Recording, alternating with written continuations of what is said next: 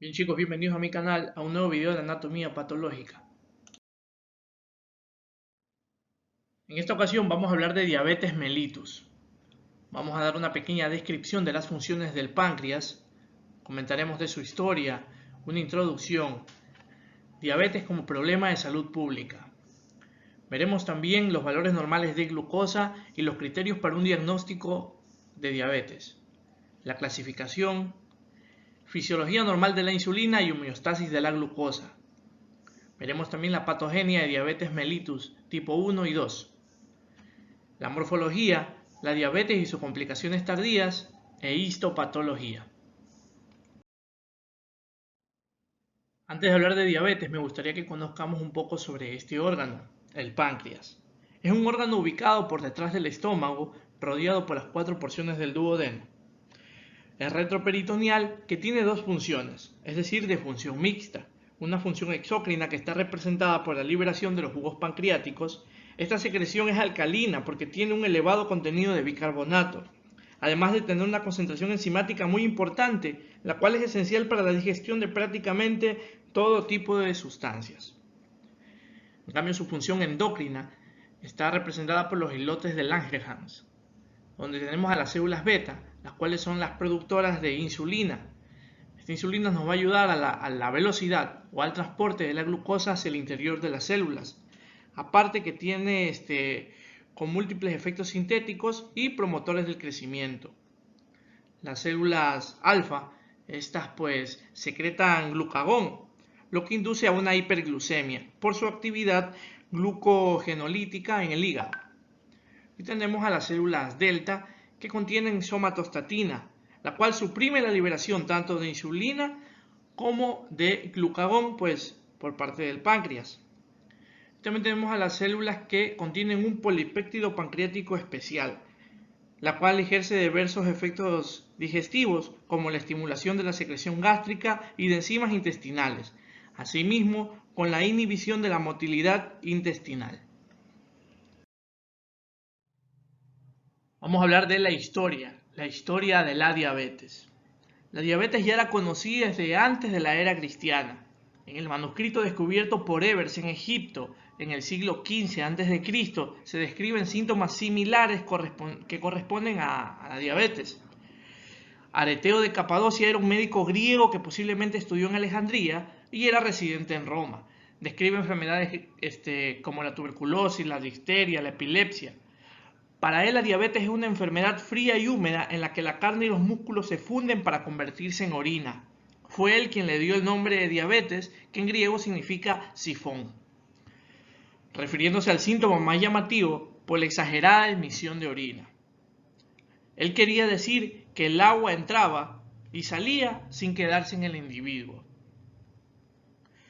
Tras un largo intervalo, Thomas Willis, quien en 1679 hizo una descripción magistral de la diabetes, quedando desde entonces reconocida por su sintomatología como entidad clínica. Fue él quien, refiriéndose al sabor dulce de la orina, le dio el nombre de diabetes mellitus, que significa sabor a miel.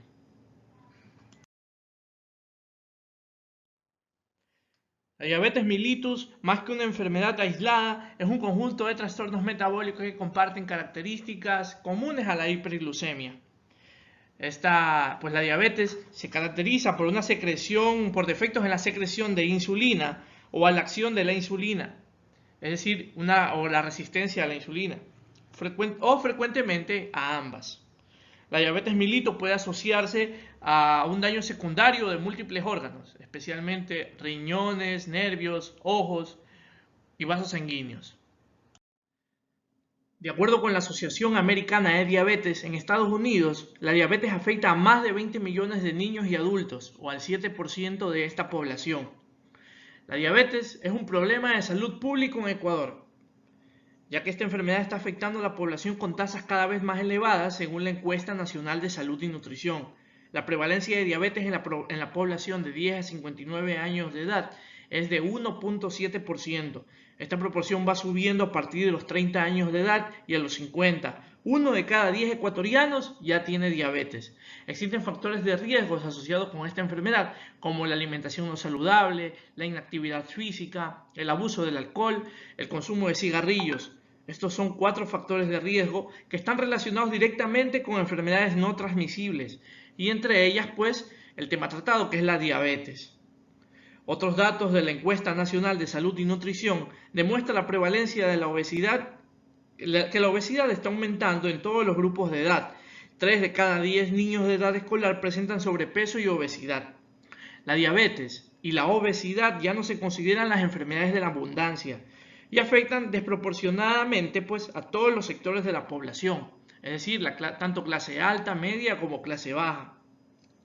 Un tercio de la población no tiene, hay algo también de tomar en cuenta, que un tercio de la población no tiene conocimiento de su hiperglucemia. Por eso pues, es recomendable realizarse los chequeos de rutina y mantener un buen estilo de vida. Esto es de muy importancia para la prevención pues, de esta enfermedad. Asimismo, pues, esta de aquí es la principal causa de nefropatía terminal, de ceguera de inicio en el adulto y de las amputaciones no traumáticas de los miembros inferiores.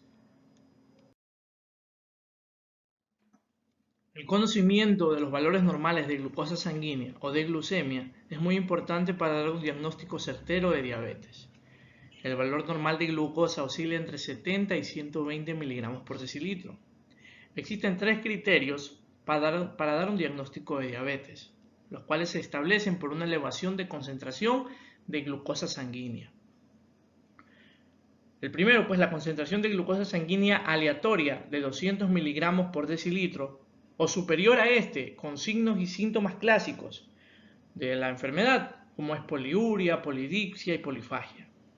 También se va a presentar pérdida de peso a pesar de la polifagia, fatiga o cansancio y cambios de agudeza visual.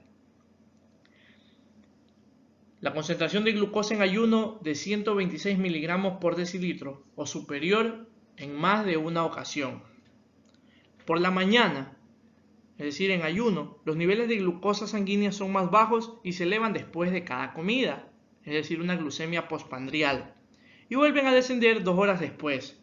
Se considera normal los valores de glucosa en ayuno que oscilen entre 70 y 100 miligramos por decilitro o menor a 140 miligramos por decilitro 2 horas después de cada comida.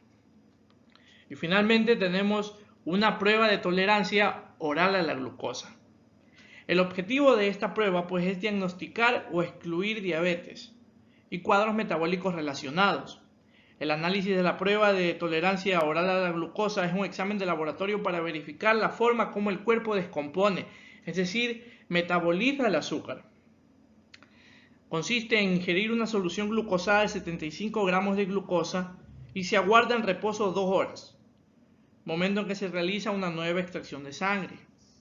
Si los niveles de glucosa son de 200 miligramos por decilitro o superior a este 2 horas después de la sobrecarga de hidratos de carbono, pues ya podemos decir pues que este paciente tiene el riesgo de padecer pues lo que es diabetes franca. En este cuadro tenemos los valores pues para dar un diagnóstico de acuerdo a los niveles de glucosa en sangre a partir de la prueba de tolerancia oral a la glucosa. Se considera que los individuos con unas concentraciones séricas de glucosa y en ayuno inferiores a 110 o menor a 140 miligramos por decilitro tras esta prueba pues son euglucémicos. Se pueden considerar pacientes normales.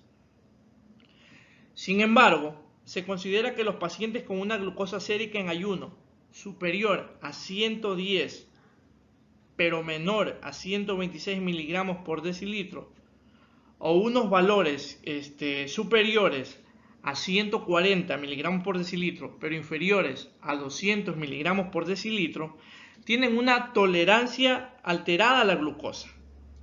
Esto de aquí se puede ya denominar una prediabetes. Los sujetos con una tolerancia alterada a la glucosa tienen un importante riesgo de evolucionar con el tiempo, pues, a una diabetes franca, y del 5 al 10% evolucionan a una diabetes mellitus completa, al cabo más o menos de un año. Y pues aquí tenemos que, como ya lo dije, pues mayor a 200 miligramos por decilitro, ya aquí ya son signos de diabetes mellitus.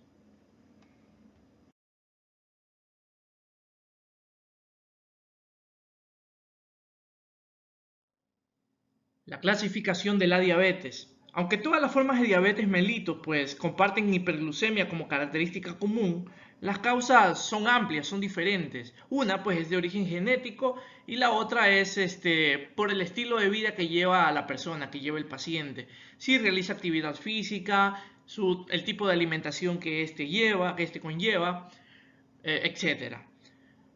La diabetes mellitus tipo 1 se caracteriza por una deficiencia absoluta en la secreción de insulina provocada por la destrucción de las células beta pancreáticas, generalmente pues debido a un ataque autoinmunitario.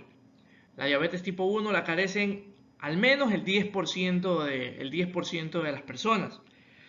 La diabetes mellitus tipo 2, en cambio, está provocada por una combinación de una resistencia a la acción de la insulina o por una respuesta compensadora inadecuada de insulina, pues por las células beta pancreáticas, es decir, por una deficiencia relativa de la insulina. Aproximadamente el 80 y 90% de los pacientes tienen diabetes de este tipo. También debe resaltarse que aunque los principales tipos de diabetes tienen mecanismos patógenos diferentes, las complicaciones a largo plazo en los riñones, los ojos, los nervios y vasos sanguíneos son los mismos y representan las principales causas de morbilidad y muerte. Antes de seguir hablando de esta patología, también es muy importante conocer la fisiología normal de la insulina y la homeostasis de la glucosa. Esta homeostasis pues está estrechamente regulada por tres procesos interrelacionados. El primero, la producción de glucosa en el hígado, gracias a la glucogenólisis, que es el catabolismo de glucógeno para mantener los niveles de glucosa en sangre en respuesta a una hipoglucemia. La captación de glucosa y utilización de las mismas por tejido periférico, principalmente por el músculo esquelético. Y finalmente, acciones de la insulina y de hormonas contrarreguladoras como glucagón, adrenalina, hormonas del crecimiento, glucocorticoides, ACTH y cortisol, las cuales pues aumentan su secreción en respuesta a cuando los niveles de circulantes de glucosa están demasiado bajos. Como ya lo había dicho en un principio, la principal función de la insulina es aumentar la velocidad de transporte de glucosa hacia el interior de ciertas células. Estas células pues son las células musculares del músculo esquelético y también las células musculares pues del músculo cardíaco. Y en menor grado también se va a dirigir hacia los adipocitos y en conjunto representan 2/3 del peso corporal total. En las células musculares se va a almacenar la glucosa en forma de glucógeno u oxidasa para generar trifosfato de adenosina, es decir, una ATP, una molécula de alta energía, la cual al momento de escindirse pues sirve para la contracción muscular. En el tejido adiposo la glucosa se almacena como un lípido. Aparte de promover la síntesis de lípidos, es decir, la lipogenia, inhibe la lipólisis, es decir, la degradación de los lípidos. Promueve la lipogenia e inhibe la lipólisis.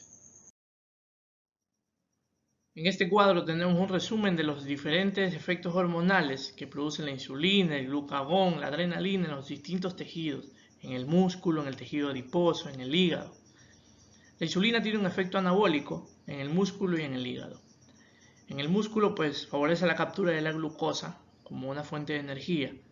También favorece la glucogenogénesis, que es el almacenamiento de la glucosa en forma de glucógeno, el cual pues va a servir para generar adenosintrifosfato, es decir, ATP, que al escindirse nos va a favorecer a la contracción muscular. Tenemos el glucagón, que no ejerce ningún efecto. La adrenalina, que es una hormona secretada por las glándulas suprarrenales en estado de susto, en estado de alerta, favorece la glucogenólisis. Esta glucogenólisis pues se refiere a la degradación del glucógeno en glucosa. En el tejido adiposo la insulina favorece la captura de la glucosa, asimismo favorece la lipogénesis, que es la síntesis de los lípidos, y pues al mismo tiempo inhibe la lipólisis, que es la degradación de los lípidos. El glucagón en el tejido adiposo favorece la lipólisis y la adrenalina también la favorece. La insulina en el hígado sirve para la glucogenogénesis, que es la formación de glucógeno a partir de glucosa. Favorece la lipogénesis, síntesis de lípidos, pero inhibe la gluconeogénesis. El glucagón en el hígado pues inhibe la glucogenogénesis, es decir, aquí no se forma lo que es aquí no se forma lo que es glucógeno. Y pues favorece la glucogenólisis. Más bien aumenta la degradación del glucógeno para transformarlo en glucosa. Y la adrenalina inhibe la glucogenogénesis, pero aumenta la glucogenólisis y la gluconeogénesis. Patogenia de la diabetes mellitus de tipo 1. Aunque el inicio clínico de la diabetes de este tipo es muy brusco, esta entidad es consecuencia de un ataque autoinmunitario crónico frente a las células beta, que suele comenzar muchos años antes de que la enfermedad sea evidente.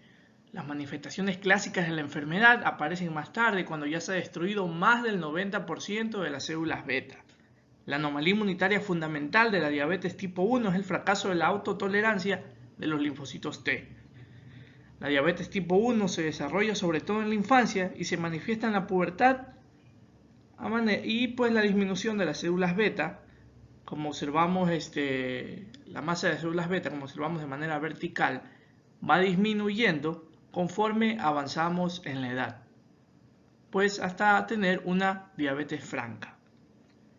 Sin insulina se desarrollan varias complicaciones metabólicas, como la cetoacidosis y hasta el coma. En los casos poco frecuentes en los que ha sido posible estudiar las lesiones del páncreas al inicio de la enfermedad, se ha observado que los islotes presentan necrosis de las células beta e infiltrado linfocítico, y esto aquí es lo que se conoce como insulitis. Al igual que en la mayoría de las enfermedades autoinmunitarias, la patogenia de la diabetes tipo 1 implica la interrelación de la susceptibilidad genética y los factores medioambientales. Entre los factores medioambientales, pues, podemos poner a las infecciones que están implicadas en la diabetes mellitus tipo 1. Se ha propuesto pues que algunos virus como los causantes de parotiditis, la rubiola, Coxsackie B, en particular pueden ser un factor desencadenante. Quizás porque algunos antígenos víricos son antigénicamente similares a los antígenos de las células beta, lo que se conoce como mimetismo molecular, y termina dañando pues los islotes adyacentes. Sin embargo, esta idea aún no se ha demostrado de forma concluyente. En cuanto a la patogenia de la diabetes mellitus de tipo 2, esta es una enfermedad multifactorial prototípica compleja. Los factores medioambientales como el estilo de vida, los hábitos alimenticios, tienen una influencia y se asocian principalmente con obesidad.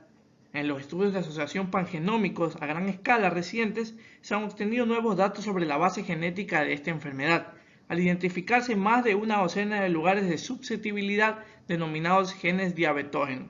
Sin embargo, y a diferencia de la diabetes tipo 1, esta enfermedad no está relacionada con genes implicados en la tolerancia y en la regulación inmunitaria, y no hay datos que indiquen su base autoinmunitaria.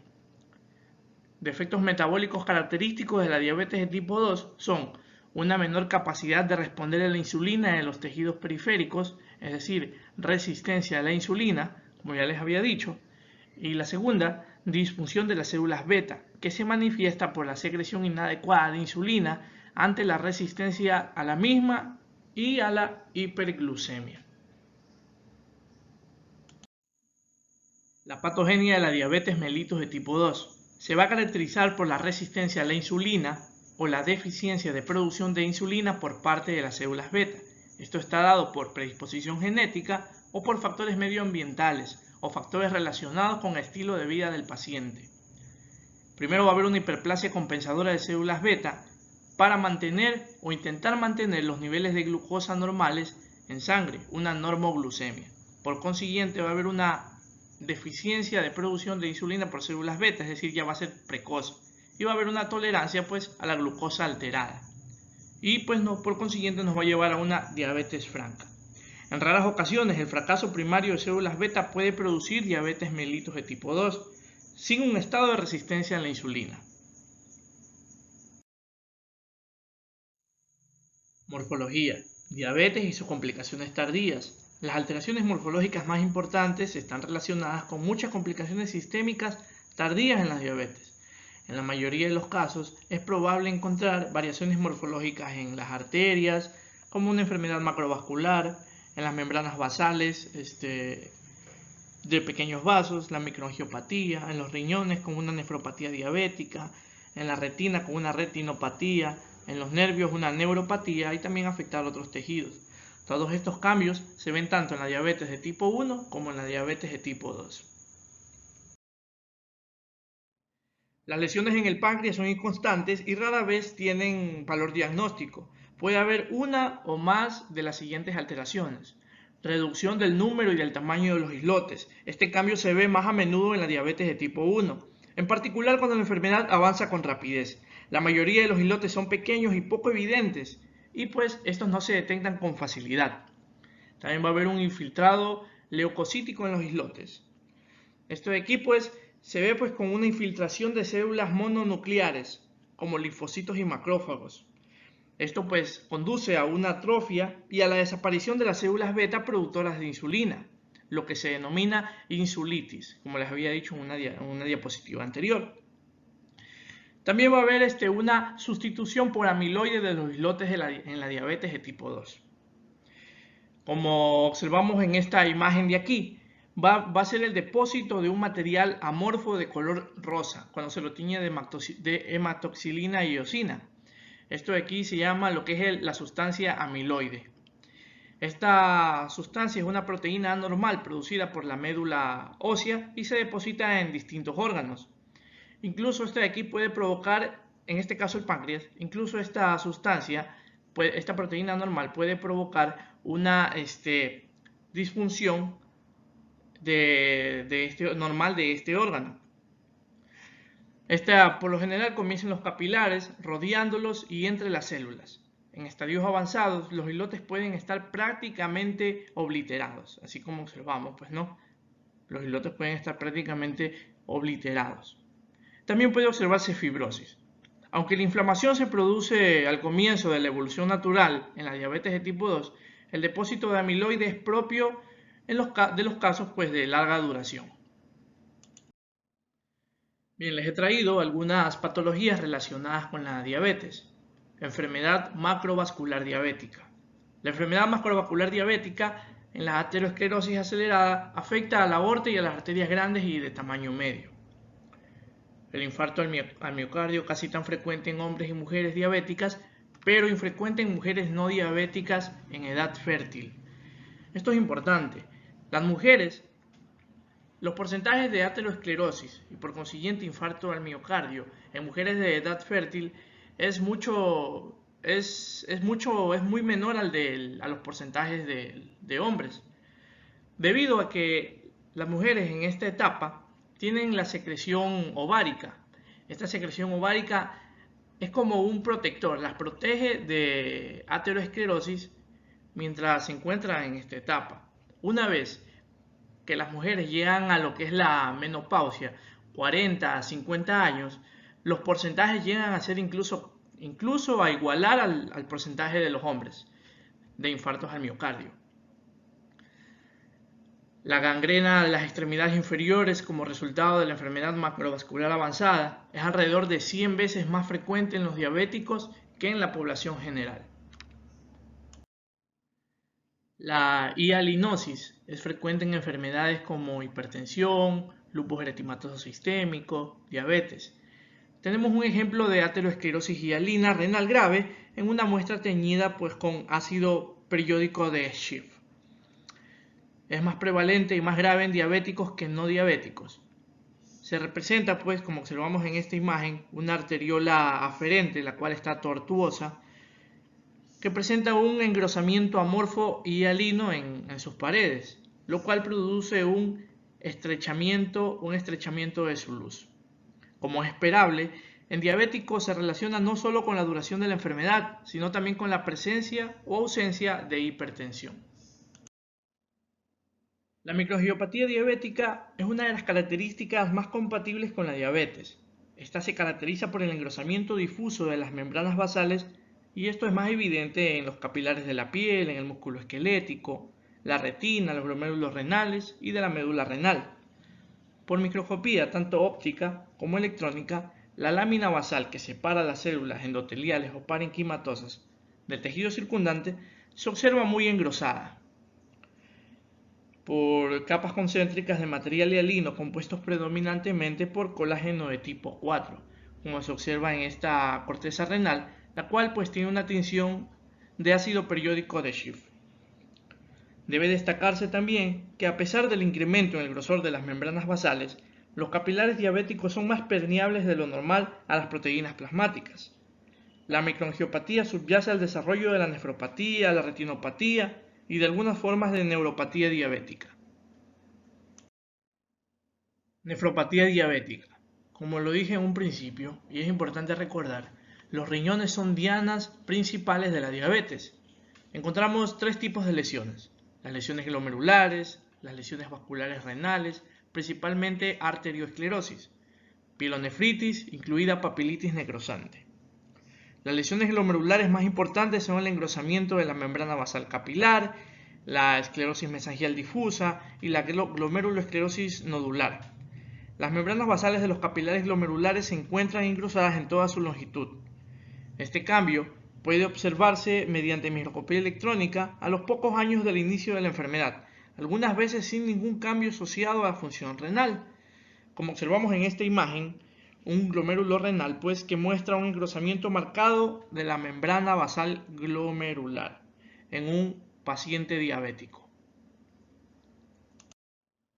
Para finalizar, vamos a hablar de las complicaciones oculares de la diabetes.